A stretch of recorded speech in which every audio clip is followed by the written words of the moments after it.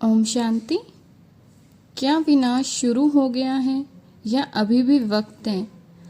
आज के समय का जो वातावरण है, भारत और पाकिस्तान के बीच जो तनाव की स्थिति बनी हुई है, अचानक कुछ भी हो सकता है।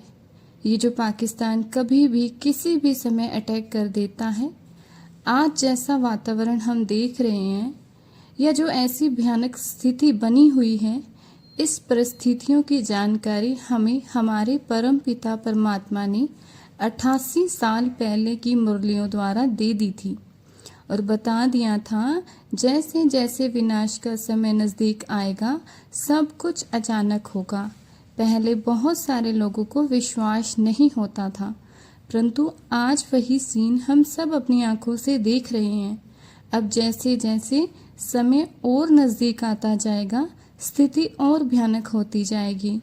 बाबा कहते हैं कि अब प्रकृति का ये रूप सामने आएगा कि मान लो जहाँ पानी ज़्यादा है वहाँ पूरी तेज बारिशें होंगी और जहाँ सूखा है वहाँ पानी आएगा ही नहीं।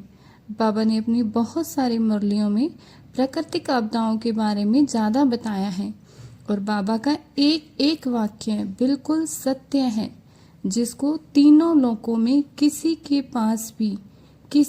पास भी बाबा के महावाक्यों को काटने की शक्ति नहीं होगी। और बाबा कहते हैं इन सब वाक्यों पे क्यों क्या का प्रश्न नहीं होना चाहिए, क्योंकि हम सबको पता है नई दुनिया की स्थापना होनी है, इसलिए क्यों हो रहा है, कब तक होगा, इन सब का प्रश्न नहीं मन में आना चाहिए। बस मन में हो हमें तो बस अपने घर जाना है, बाकी सब मुक्ति धाम में चले जाएंगे। और बाबा के जो पुरुषार्थी बच्चे हैं, जो योगी आत्माएं हैं, वो सारे परम धाम से स्वर्ग में आ जाएंगे। वाह बाबा वहाँ।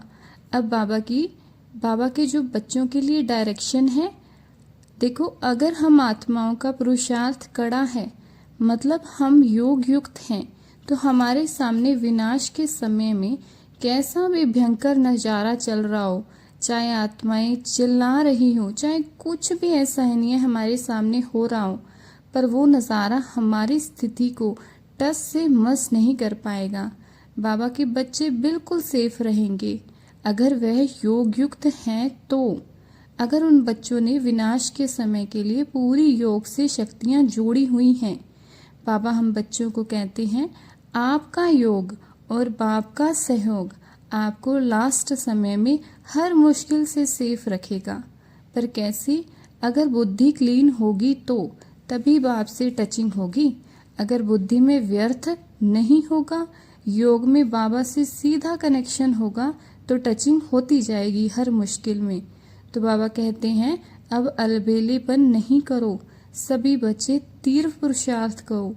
और एक ज़रूरी बात और, अगर अभी भी भाई बहन घर में प्याज लहसुन का इस्तेमाल कर रहे हैं तो उसे जल्द से जल्द बंद कीजिए, क्योंकि इसके उपयोग से मन में चंचलता आती है और योग युक्त रहने में काफ़ी मुश्किल होती है।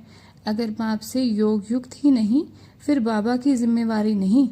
और अगर हम सभी तीव्र पुरुषार्थी हैं तो लास्ट समय में हम बिल्कुल सहज रूप से बाप की याद में शरीर छोड़ेंगे और कलयुग को छोड़कर सतयुग में एंटर करेंगे।